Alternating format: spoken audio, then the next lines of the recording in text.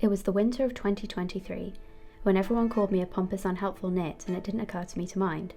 It was after I quit my job and had been rejected from nearly every major and minor production company in London. And it was at this time that I made a discovery. Maybe the best I've ever had.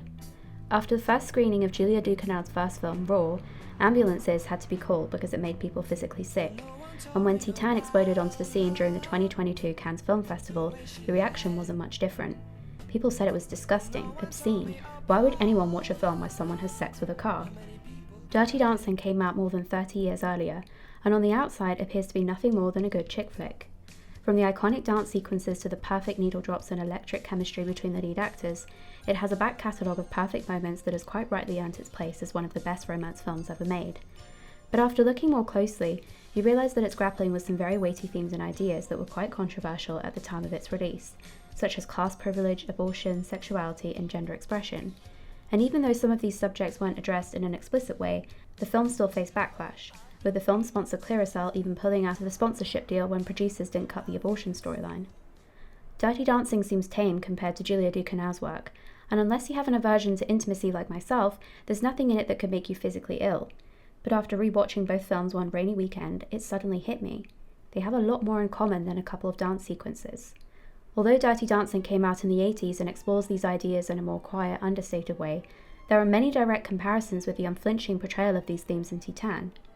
Could it be that Crash and David Cronenberg were not the precursors to Titane, but the love story between a young woman and her dance instructor? I had to know. What else was lying beneath the surface of both films? After some research, I noticed something really interesting. Both films look at the limitations of gender expression through 6 main ideas: passing and gender performance, soft masculinity, dancing, the abject female body and abortion, father-daughter relationships, and changing world values. Through the comparison of Dirty Dancing and Titane, I'll look at the need for fluidity in gender expression, the confines of our own flesh and bone, and how we can dance and scratch our way to who we really are. Welcome back to Pompous and Helpful Nit, and get ready for the time of your life.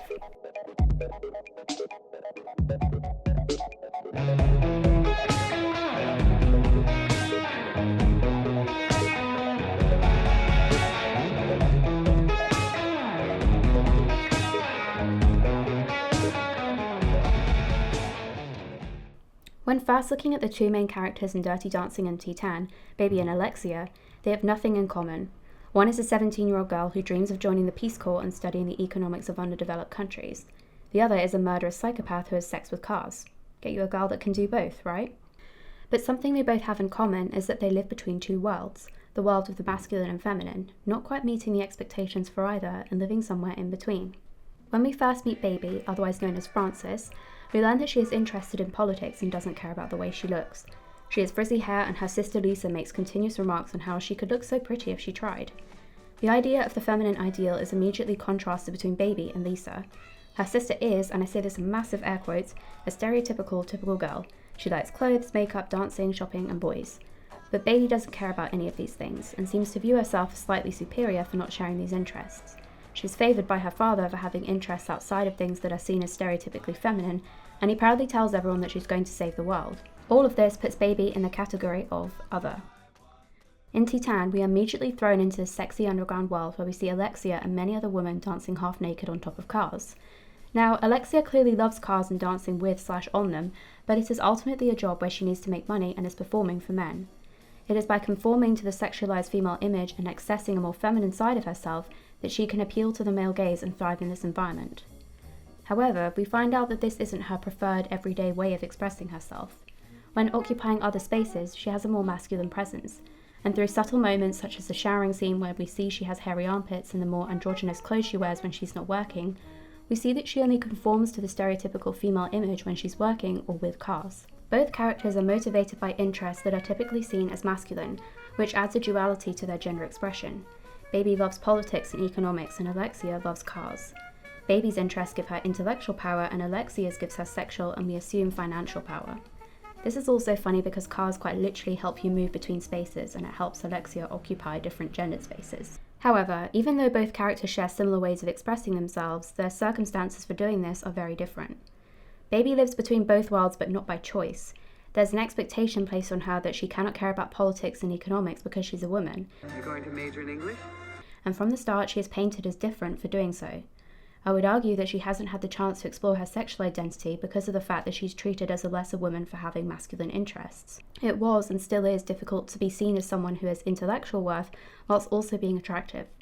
Unlike Baby, Alexia lives between both worlds mostly by choice. She's accessing this feminine side of herself for survival at work because it's a job where she ultimately needs to make money, but she's also using the system for her benefit because her attraction to cars makes her feel empowered.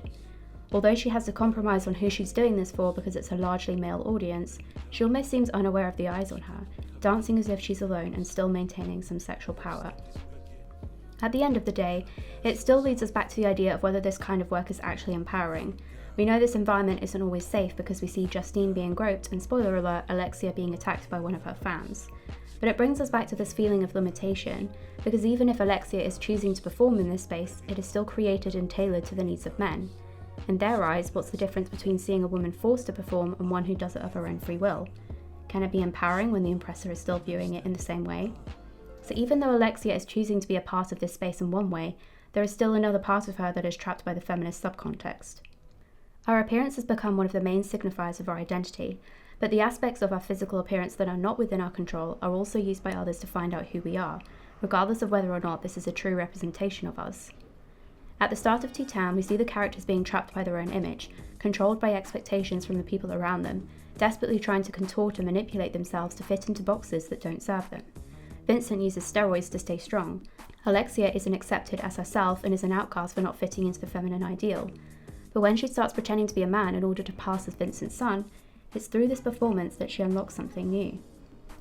By living as Adrian, Alexia occupies the grey area of the gender spectrum, becoming this amorphous blob of a person. The viewer often forgets who she is. In private, she is Alexia, a pregnant woman hiding from her crimes, but with Vincent and the firefighter, she is Adrian, his long-lost son. But what's so smart about this is that by switching between both identities, they become interchangeable, and Julia Ducournau's work is done. The audience is naturally led to the conclusion that we are trapped by the binaries of gender, and she does this not through language or by explicitly telling us, but through confusion and radical acceptance. We see this switching of identities and become confused by the him-her of it all. Who is she in this scene? When she's in the bathroom, she's Alexia, but when someone enters the bathroom, she's now Adrian. So is gender dependent on who's watching, who's judging, who loves us? But after going through this confusion for a while, there comes a moment where we realise that none of it matters. We learn that it's through living in this state of ambiguity that we can find freedom in who we are.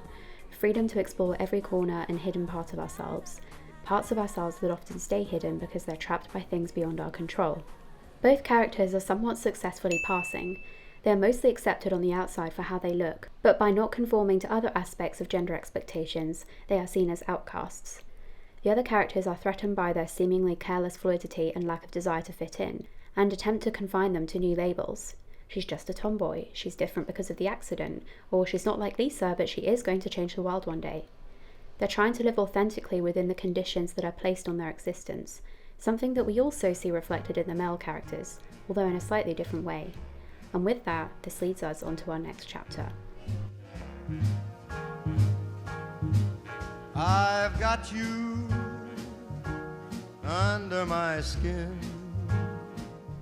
If we take a look at the male heroes we've seen throughout the history of cinema, what do we see?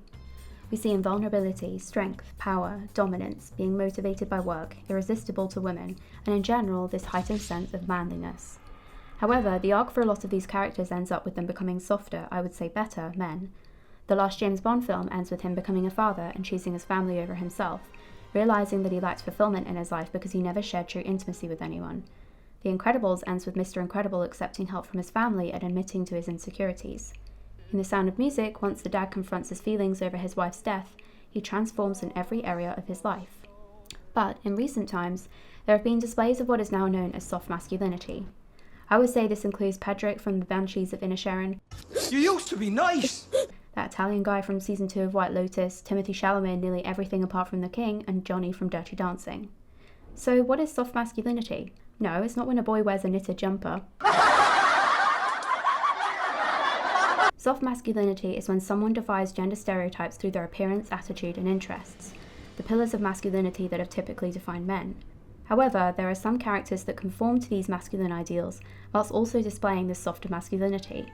On the outside, they are accepted as strong, unfeeling men because they've achieved either all or some of these ideals, adhering to the ideal male image but not necessarily transferring this to how they act. Or they only behave this way in certain spaces, but when they're alone or with people they love, they are softer. This can be explored through the male characters in Dirty Dancing and Titane, Vincent, Johnny Castle, and Mr. Houseman. Johnny is a dancer, and when we first meet him, everyone is slightly scared and in awe of him. He has his leather jacket swung over his shoulder, dark shades on, and he's a bit cold to Mr. Kellerman and comes off as a bit of a lad.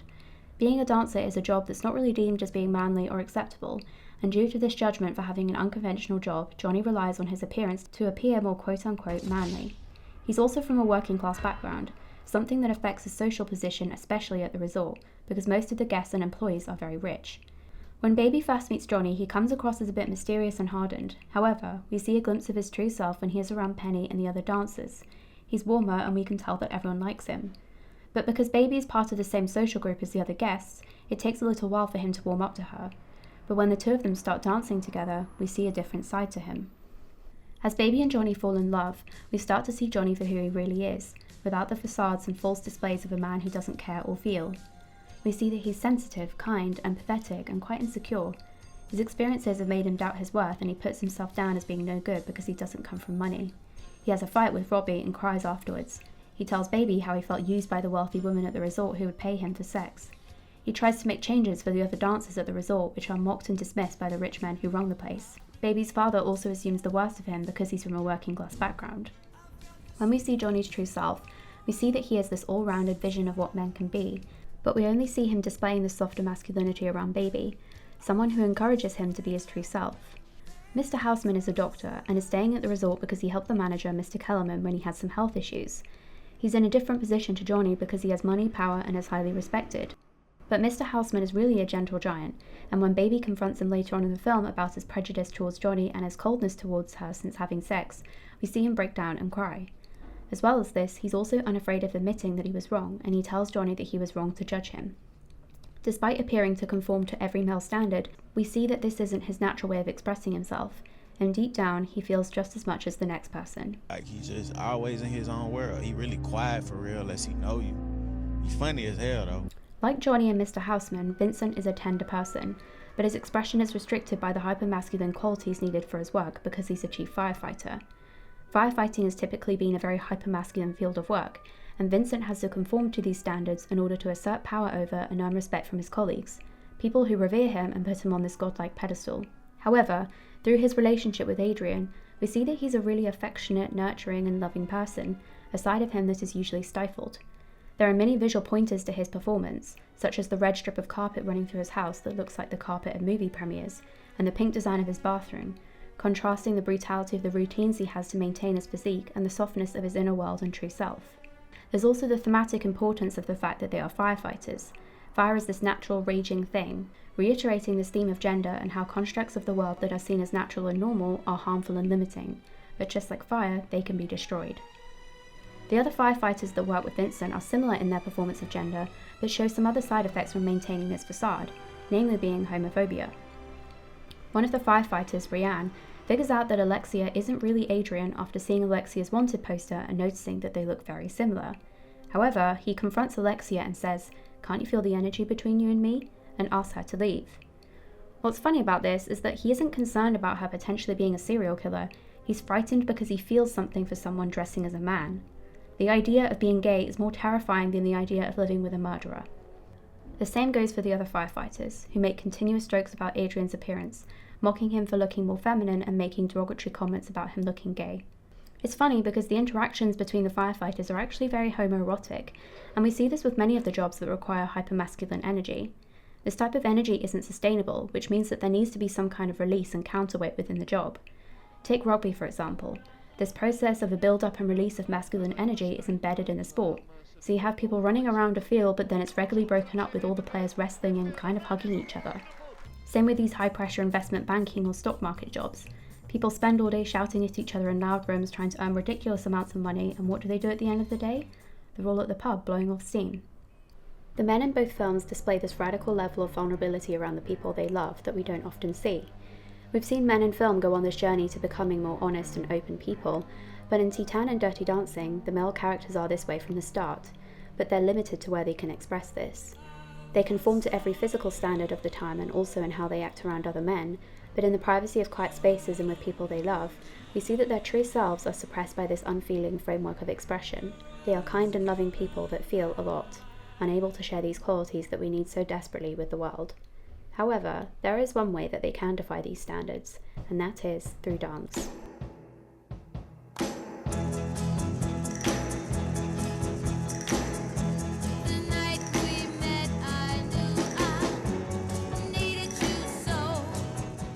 I remember being a teenager and watching the 2012 remake of Footloose. There's a particular scene where everyone is dancing in a car park in this very sexy, very cool way, and I remember watching it and thinking, wow, I really need to learn how to dance. But I quickly realised that no amount of dancing would ever make me cool, and it was better to stick to what I was good at, eating my lunch in the toilets and trying to make friends with librarians. Dirty Dancing and Titane are somewhat famous for their dance sequences. From the opening credits of Dirty Dancing to the sexy underground car scene in Titane, we see these very freeing and sensual scenes of the characters expressing their truest selves through dance. After looking closely, I realised that although the idea of sexual discovery is closely linked with these dance sequences, there's also another theme that's linked to this physicality. So, as we know, Johnny is a dancer, and this is his own way of exploring the duality of gender. He has this tough, unfeeling exterior, but through dance, he is able to lean into the side of himself that is usually repressed. He can be sensitive and confident and emotional, and all these things make him a better dancer. But with Baby, her journey with dance is slightly different. She's first introduced to Dirty Dancing when she goes to the staff quarters and sees all the workers together. She's somewhat shocked, but also in awe of them. They're free and sexy and embody this lightheartedness that she doesn't have. But when she sees Johnny, a spark goes off, and this is the start of her journey towards sexual discovery and empowerment. As I said before, Baby has not been seen as a sexual being before this point. Because she's bookish and smart, she's not seen as a person of desire, she's seen as a nerd.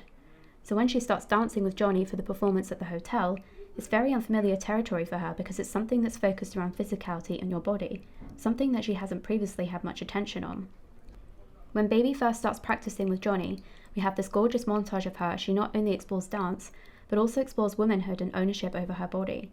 I think the shot in particular does this so well, because at first she can't take this seriously. Someone running their hand along her body is a bit funny and embarrassing, a slightly immature reaction to what's happening. But the next time we see it, she's not using humour to disconnect from the intimacy of it all. She's allowing herself to be in the moment and be touched by Johnny without making fun of it. By the time they're ready for the performance, she's more confident and has accepted within herself that she's not a young girl anymore. She's a woman. Then, after the performance at the hotel and after all this pent-up sexual tension between Baby and Johnny, she does something quite bold. She goes to his room and starts dancing with him. But this time, it's different. She's telling him through dance how she feels about him, and it's after this that they have sex for the first time, something initiated by Baby. Sex and dancing transformed her life and helped her transition to adulthood. It gave her a new perspective and expanded the limits of her worldview.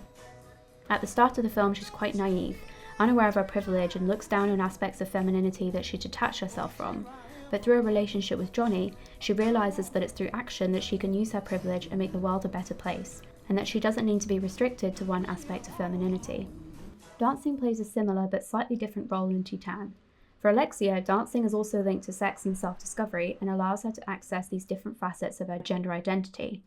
As someone that is more androgynous, dancing allows her to be more in touch with this feminine side of herself, often leading to sexual freedom and to connect with what she really loves, cars. Each scene where she dances with or on a car leads to a very pivotal key moment within the film. The first scene after she dances on top of the car leads to her having sex with the car and getting pregnant. The next time she does this is this beautiful and hilarious moment where she's dressed as Adrian but dances provocatively on top of a fire engine, in front of all the other firefighters.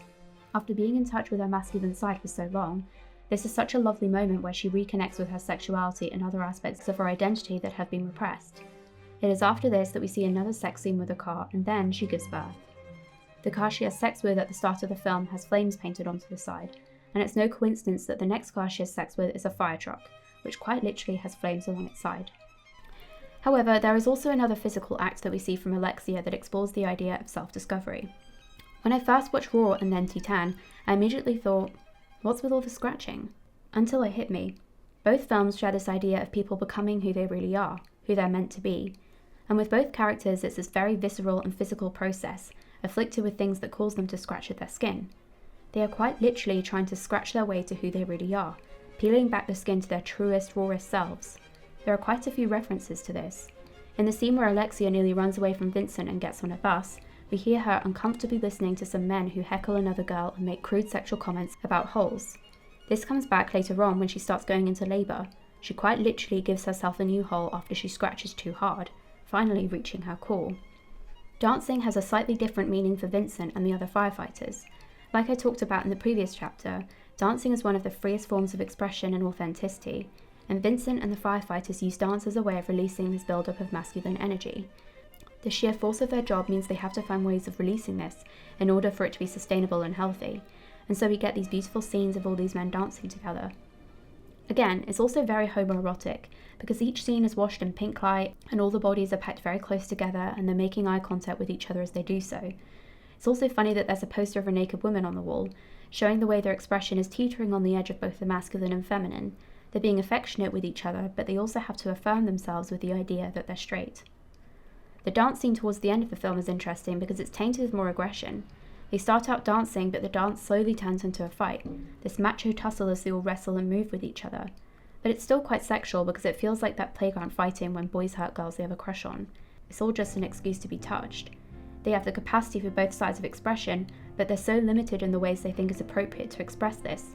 So instead of hugging each other, they fight, and that becomes their way of showing love.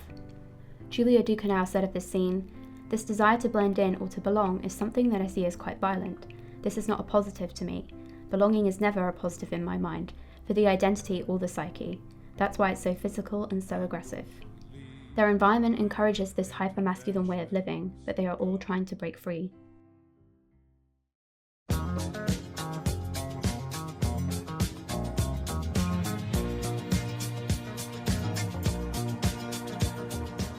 You will never see boobs look as disgusting as they do in Titane, at least compared to how we normally see them.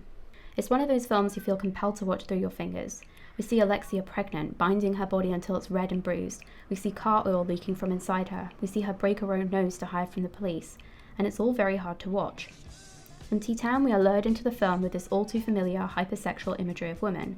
This is something we know and have seen many times before. We don't feel like this is a threat, and we feel comfort in this image because we know what it entails and the stories we associate with it. But this is flipped when Alexia accesses this masculine side of herself to create a new identity as she runs away, pretending to be Vincent's long-lost son.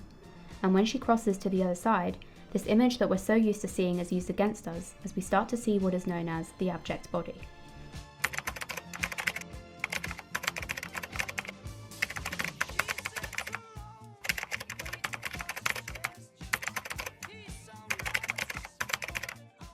However, shame theorist Julia Kristeva coined this term in relation to the female body in her book Powers of Horror, exploring how the female body can create visceral feelings of shame and disgust when portrayed in a non-conventional way, i.e., because we're so used to seeing the female body in a hypersexual way, we find it uncomfortable to see women's naked bodies away from a sexual context.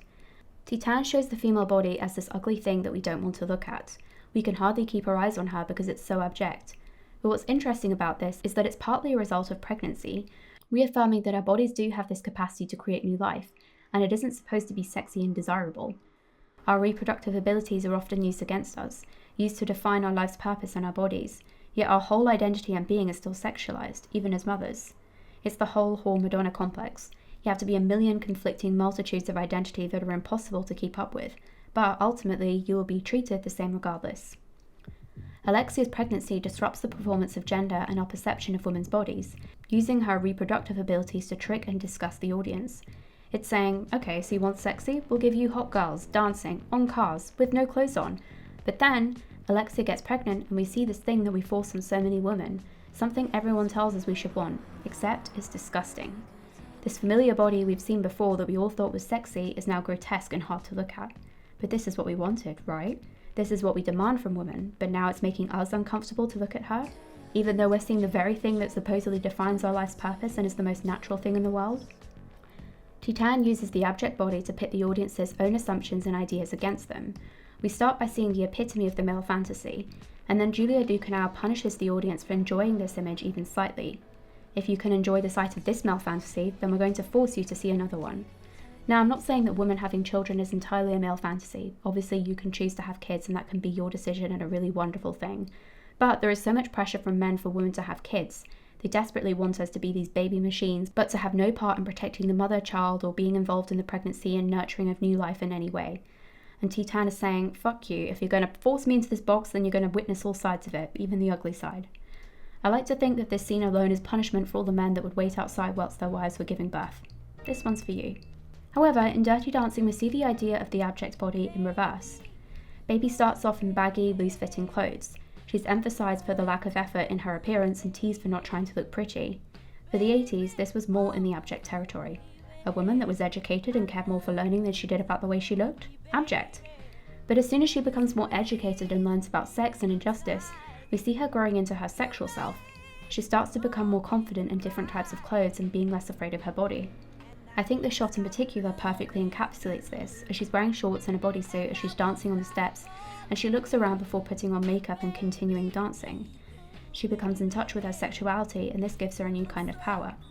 But besides the women in these films, I would also argue that Vincent's body can be seen as abject because we see a male body in a moment of weakness and pain. We see him inject himself with hormones and gasp from the pain of it. We see his naked body covered in bruises from the needles he puts into himself. We see him being vulnerable, and I would say that this is the male equivalent of abjection. Abortion is another thing that makes a woman's body abject, which we see in both films, although shown in very different ways.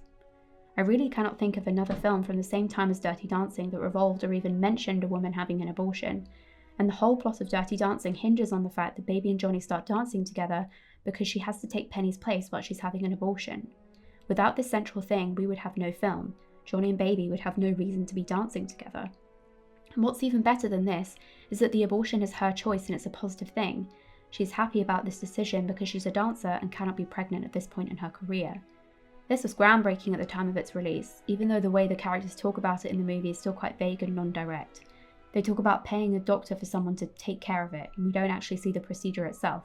We just see the aftermath of Penny nearly dying because the doctor wasn't qualified and it wasn't a legal procedure, due to it still not being legalised in the States at the time. What's new? Near the start of Titane, we see Alexia trying to abort her baby with a needle in the bathroom. We see the whole thing pan out right before our eyes, and it's maybe one of the most visceral pains of the whole film. In general, we desperately need more women being gross and honest with their bodies in film, especially when it comes to the realities of conditions and situations that are often inflicted on us by men, who somehow seem to escape without seeing or knowing anything about it. So I'm all here for the completely unsexual, normal, disgusting things that we all do being shown in film.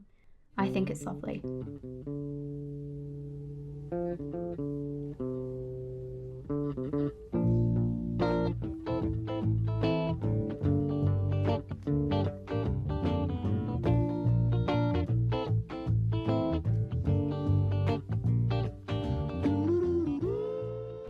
Alexia has a tattoo across her chest with the infamous Bukowski quote, "Love is a dog from hell."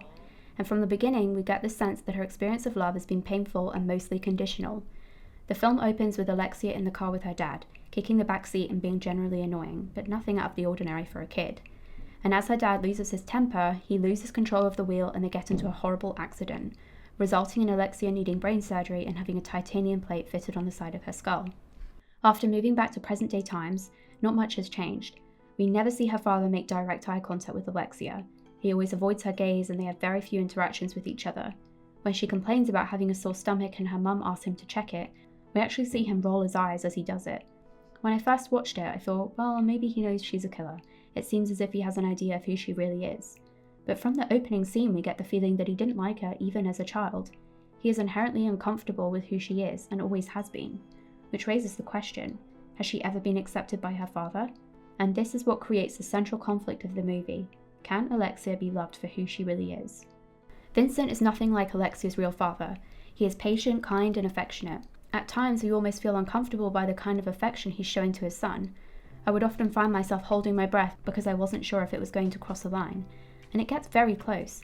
There's always this edge to their interactions where you feel like it's going to go too far, which is very telling of the level of physical affection that society deems acceptable from men. Vincent is so pure with his expression of love, but because we know that Alexia isn't really Adrian and she's a woman, I think this also adds to the edge in their physical interactions. Because it's only going to be so long before he accidentally grazes his hand or touches her slightly differently and realises that she is not in fact his son. However, this evolves throughout the film as we slowly see Alexia falling in love with Vincent and she starts to see him as her father. When she injects him with his hormones, we realise that she doesn't care if he knows who she is, because he won't care either.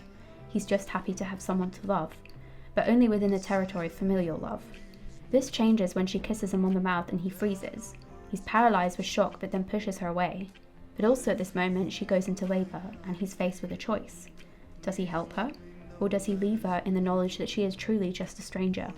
In perhaps the boldest act of love, he helps Alexia, because after all she is his son, no matter who she is, and together they bring this new baby into the world. Through blindly and unconditionally loving each other, two complete strangers with no relation to each other heal the part of themselves that needed to be loved. The relationship initially appears to have one condition, that Alexia can only be accepted for being a specific version of herself, by being Adrian. But as she starts loving Vincent and realises that he doesn't care who she is, this condition is lifted, something that we also see through Baby and her father. Vincent says he doesn't care who Alexia is, but in Dirty Dancing, Mr. Houseman very much cares who Baby is, and without realising, places certain conditions on her in order to be valued and deserving of his love. And when she changes, he struggles to accept who she is. He cannot accept that she's had sex, and also that it was with someone he disapproves of. Baby was only ever the daddy's girl of the family when she was a baby, not a woman with freedom and her own life and mess. But towards the end of the film, he finds a way to accept her and that either way she is his daughter. He starts to see her as a woman, as Frances, for who she really is. The spark of both films is the chase of validation and acceptance from the main character's fathers. For Baby, her father is very much the centre of her world, and his approval means everything to her. And with Alexia, we immediately get this sense that her relationship with her father is very strained, something that causes her to cut herself off from love and choose isolation over the pain of never being accepted.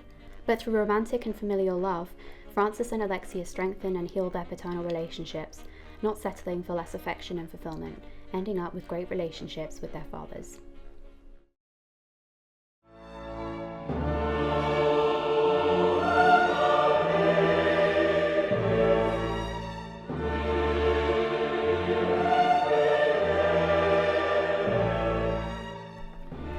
When Alexia has a titanium plate fitted to her skull, her mum asks the doctor if there's anything that would cause this plate to break, to which the doctor says, only a great force. The idea of what is natural and normal all comes into question when looking at both these films, and more importantly, the idea of what could be. How could we change and evolve if we were free of the roles that don't serve us? But by the end, we are left with an answer, an outline of a new order. In Dirty Dancing, class divide is a huge part of the film. We see the waiters, who are all male students from Ivy League schools, being treated differently to the dancers, the guests all being separated from the workhorses, the managers only interacting with certain staff members. But through the merging of Johnny and Baby, the ending of the film gives us a different message. The final scene shows all the guests gathered for the talent show, and whilst people are performing, Mr. Kellerman, who owns the resort, airs out his fears that times are changing. He worries that no one will visit the resort anymore because kids will want to go to Europe, that the family holiday is a dying tradition and the resort will suffer.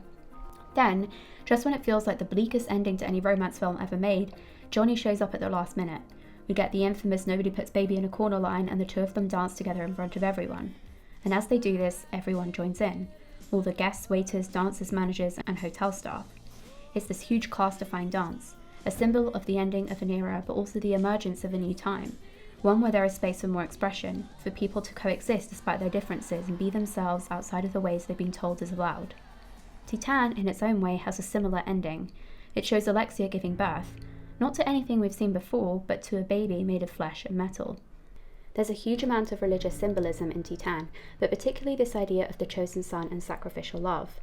Vincent refers to himself as God when around the other firefighters, saying, "To you I am God, and this is my son," which makes him Jesus. In the Bible, God and Jesus have always been seen as the ultimate example of love and what it means to devote yourself to someone. God loved the world so much that he gave away his only son. I think that's a direct quote. But here is quite an interesting use of this image, because the film uses the staging of this traditional image in a controversial context. Alexia and Vincent bringing this new baby into the world, a baby made of titanium and car oil. But this baby is a positive symbol, not the Antichrist or devil. So what does this mean? The film contrasts these old values with a new grey area, showing that people can make space for the new within the framework of old ideals, because the core of these values are the same. Alexia's baby is a symbol of this new order, one where gender and expression is this ever-changing, always evolving thing. And when Alexia gives birth to this new baby, the titanium plate on her skull splits in half. The extreme force that broke the plate was the force of life. The force of life can be equated with the power of authenticity and strength that comes from being who we are meant to be. Maybe we're not meant to be so clearly defined. Living authentically looks and means something different to each and every person, but we can carry on exploring and finding new ways to be messy. Titane shows us that life is bursting at its seams, and no matter how hard we try to contain each other, people will find a way of endlessly creating and expanding the limits of what it means to be human.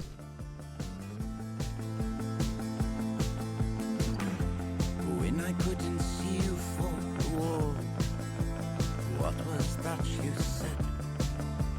What was that you... Everyone has their thing that other people might not understand. For some, it's dirty dancing, having sex with cars, or writing essays that no one really cares about.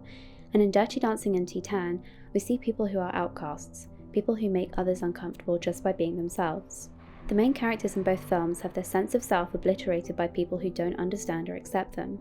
We see them struggle to find themselves as they battle with expectations from other people and the limitations of gender expression, but it's through this lack of acceptance that they find the courage to be themselves. Watching weird films isn't just a conversation starter at bad parties or something to talk about with your friends. It's a way to give a voice to all the weirdness in the world and remind ourselves that there's more than one way to exist. Through seeing things we don't understand, we can give a voice to parts of ourselves we don't yet understand, and our differences can become points of connection. Titane and Dirty Dancing show us that through isolation we can learn empathy and understanding, through confusion we can reach clarity, and through being excluded we can learn how to include. But by expanding our way of thinking, we can push ourselves to the other side, and finally, find the part of ourselves that is there.